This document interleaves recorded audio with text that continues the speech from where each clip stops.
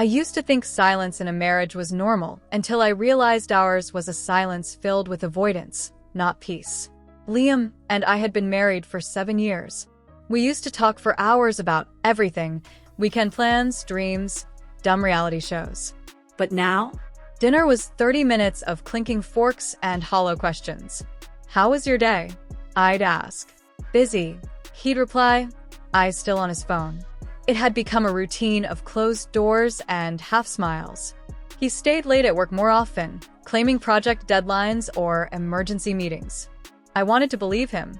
I really did. Then I met Travis Myers, Liam's coworker. It was at Liam's office event, a casual mixer. I wore my best navy dress, hoping he'd notice. He didn't. He barely looked up from his drink. But Travis?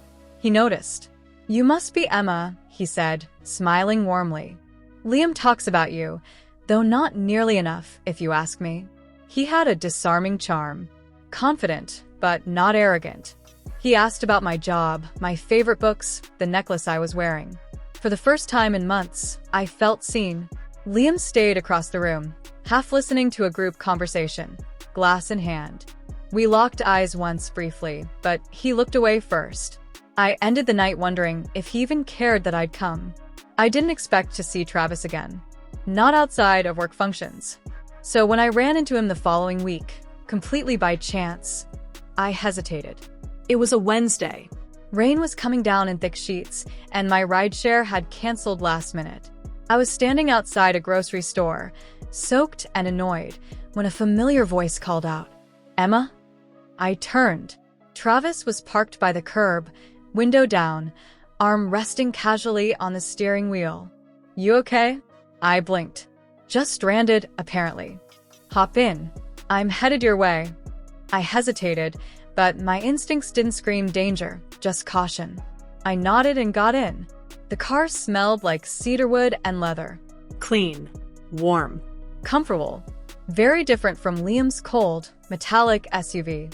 Bad day. Travis asked as he drove. I gave a short laugh. Let's just say, the highlight was arguing with a self-checkout machine. He chuckled. That bad, huh? We talked easily. He was good at listening, really listening, not just waiting for his turn to speak. I didn't even notice how close we were to my place until he slowed at a red light. That's when everything changed. Travis's tone shifted slightly. Emma, can I ask you something? I turned to him. Sure. He reached into the console and pulled out his phone. This might be crossing a line, he said carefully, but I think you deserve to know. He turned the screen toward me. A photo. Liam at a restaurant. Candlelight. Laughing. His hand resting over a woman's hand across the table. I stared at it, unable to speak. My stomach flipped, and my ears started to ring. The timestamp was from 2 nights ago. A night Liam had told me he was at a client dinner. He even came home smelling faintly of wine and cologne he never used. I felt my throat tighten. Who is she? Travis shook his head. A new project consultant. I wasn't trying to pry, but I saw them together more than once. This didn't look like work. I was frozen. My world tilted just a bit. I wasn't sure if I should tell you, he added softly, but pretending not to see it felt worse. The light turned green, but neither of us moved. A car behind us honked. Travis blinked, then slowly eased the car forward. I'm sorry, he said. I nodded slowly, not trusting myself to speak. He dropped me off a block away from home, at my request. I needed air, space, anything. Emma, he said before I got out. You don't deserve this. If you ever need someone to talk to, I'm around. I thanked him and stepped out, clutching my grocery bag like it was the only stable thing left in my life. As I walked toward my front door, my mind played the scene over and over. Liam. Her. The laughter. The hand on hand. Maybe I had known all along, but seeing it, that made it real. And I wasn't sure I was ready for what came next. I didn't sleep that night. I laid in bed, facing away from Liam, staring at the wall while his even breathing filled the room. I had memorized every detail of that photo. The soft candlelight, the way his hand rested so naturally on hers. He hadn't even tried to hide it. By morning, I wasn't angry. I was empty. He left early, mumbling something about a quarterly meeting. No kiss. No eye contact. I sat at the kitchen table long after the coffee had gone cold, phone in hand, staring at Travis's message. "If you want to talk, I'm here."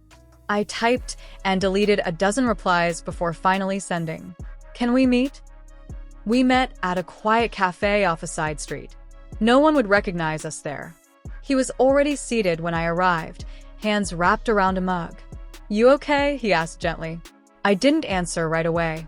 I just sat down and exhaled. "How long?" I asked. He leaned in, careful with his words. "I started noticing things about a month ago. Late lunches. Closed-door meetings. But 2 nights ago, that wasn't work, Emma. That was a date." I nodded, jaw clenched. "Is she married?" I asked. He blinked, then nodded. "Divorced. She just started consulting on Liam's team. Word is, she's looking to move up fast." I swallowed hard. "And sleeping with a married man is part of the strategy?" "I didn't want to assume," he said, "but I overheard her call him babe in the hallway last week. That wasn't work talk." The words settled in my chest like bricks. I looked at Travis. "Why are you doing this?" He paused. "Because I don't like liars. And you didn't deserve to be left in the dark." Something about his honesty, his calm, made the storm inside me settle just enough to think clearly. "I need to be sure," I said finally. "I need more than one photo." He nodded. "I figured you might say that." He pulled a small envelope from his coat pocket and slid it across the table. Inside were 4 printed photos, all from different days. Liam and the same woman, walking side by side into a hotel, standing too close in an elevator, laughing over drinks at a bar I didn't recognize. Each one was a quiet betrayal captured in perfect focus. "I didn't hire a PI," he said. "I just happened to be there. I took the photos because I didn't trust him."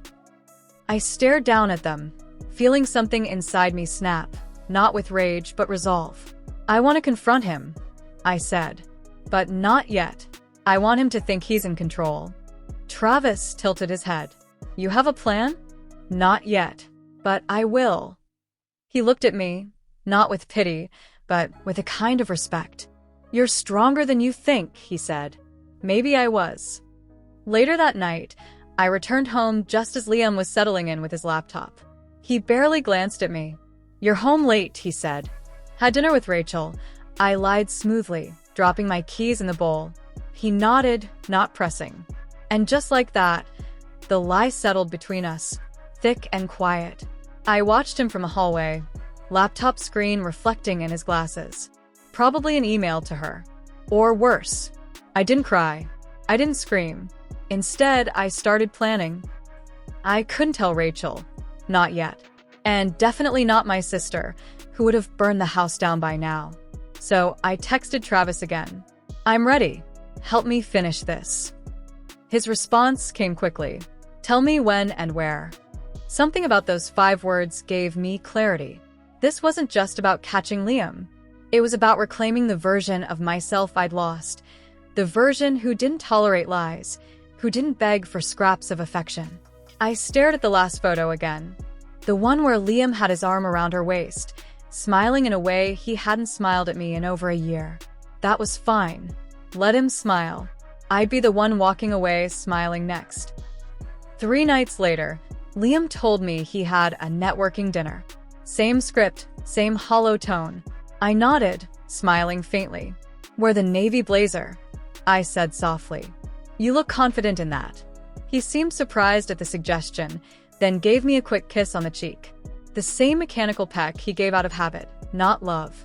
The moment the door closed behind him, I turned to the mirror. I didn't see the same woman who had once begged him to talk. I saw someone sharper now. Steady. Calculating. I pulled out the dress I'd saved for something special. Deep burgundy silk. The one he'd once called too bold for a dinner party. I wore it anyway. Travis picked me up at 7:15 sharp. "You look," he stopped mid-sentence. "Powerful." I smiled. "That's the point." The restaurant was one of the upscale spots downtown. Dim lights, camelot tables, and too many people pretending to enjoy overpriced wine. Travis had already called ahead. My reservation was at 7:30. Liam's, according to the booking system, was at 7:20. We walked in together, but sat separately. Travis took a small booth near the bar. I was escorted to a table directly beside Liam's, close enough to hear everything, far enough to remain unnoticed. 10 minutes passed. Then I saw them. Liam walked in, hand on her lower back. She was wearing a sleek black dress, overly familiar with a hostess. They laughed loudly. Too loudly for two people talking business. I watched from behind the tall floral centerpiece that divided our tables. My heartbeat didn't race. My palms didn't sweat. I was beyond that now. I waited until their drinks arrived. Then I stood, walked calmly to their table. Liam looked up and froze. His mistress turned, smiling uncertainly. "Emma," he stammered, voice cracking. "What are you?" I leaned in, smiling sweetly. "Hope she's worth it." And then, I placed the manila envelope between their dessert menus. Inside, every photo, every date, every lie documented. His face drained of color. The woman looked confused, then slowly pushed her chair back, creating space between them. "Enjoy your dinner," I said, turning without waiting for a response. I didn't need one. Outside, the city lights blurred slightly through the windshield, but my eyes were dry. Travis started the car without a word. After a moment, I laughed. It wasn't forced. It wasn't manic. It was real. That felt good. I admitted. "You didn't even raise your voice," he said, impressed. I didn't have to. I wasn't trying to win him back.